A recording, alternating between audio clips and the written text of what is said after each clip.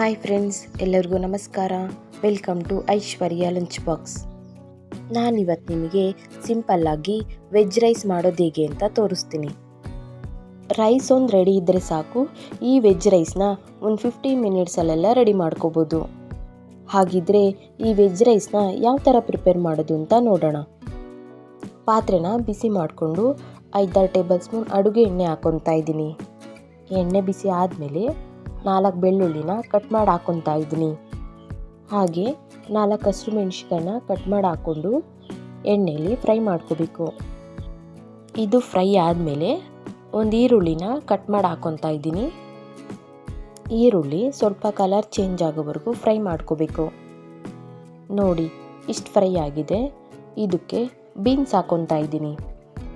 ಆದಷ್ಟು ತರಕಾರಿನ ಚಿಕ್ಕದಾಗೆ ಕಟ್ ಮಾಡ್ಕೊಂಡು ಹಾಕೋಬೇಕು. ಹಾಗೆ ಒಂದು ಕ್ಯಾರೆಟ್ನ ಕಟ್ ಮಾಡಿ ಹಾಕ್ಕೊತಾ ಇದ್ದೀನಿ. ಅರ್ಧ ಕ್ಯಾಪ್ಸಿಕಮ್, ಸ್ವಲ್ಪ ಕ್ಯಾಬೇಜ್, ಒಂದು ಟೊಮೊಟೊನ ಕಟ್ ಮಾಡಿ ಹಾಕ್ಕೊಂಡಿದ್ದೀನಿ.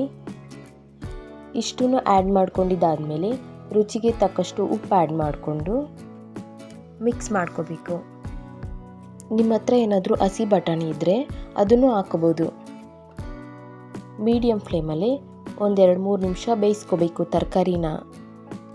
ಸ್ವಲ್ಪ ಬೇಯಿಸ್ಕೊಂಡಿದ್ದೀನಿ ಇದನ್ನು. ನಂತರ ಸ್ವಲ್ಪ ಬೆಲ್ಲದ ಪುಡಿನ ಹಾಕ್ಕೊತಾ ಇದ್ದೀನಿ. ಇದು ಆಪ್ಷನಲ್, ಲೈಕ್ ಆದರೆ ಹಾಕ್ಕೊಳ್ಳಿ, ಇಲ್ಲಾಂದರೆ ಏನು ಬೇಡ. ಸ್ಪೂನ್ ಆಗುವಷ್ಟು ಶುಂಠಿ ಬೆಳ್ಳುಳ್ಳಿ ಪೇಸ್ಟ್ನ ಹಾಕ್ಕೊತಾ ಇದ್ದೀನಿ. ಮತ್ತೆ ಎಲ್ಲ ಮಿಕ್ಸ್ ಮಾಡ್ಕೋಬೇಕು. ಅರ್ಧ ಸ್ಪೂನ್ ಗರಂ ಮಸಾಲ, ಅರ್ಧ ಸ್ಪೂನ್ ಖಾರದ ಪುಡಿನ ಹಾಕ್ಕೊಂಡು ಎಲ್ಲದನ್ನು ತಿರುಗಿಸ್ಕೋಬೇಕು. ತರಕಾರಿ ಎಲ್ಲ ಒಂದು 50% ಬೆಂದಿದ್ರೆ ಸಾಕಾಗುತ್ತೆ. ಇದಕ್ಕೆ ಬೇಯಿಸಿರೋ ರೈಸ್ ಹಾಕ್ಕೊತಾ ಇದ್ದೀನಿ. ನಾನು ಒಂದು 2 ಮೆಂಬರ್ಸ್ ತಿನ್ನೋವಷ್ಟು ರೈಸ್ನ ಆ್ಯಡ್ ಮಾಡ್ಕೊಂಡಿದ್ದೀನಿ.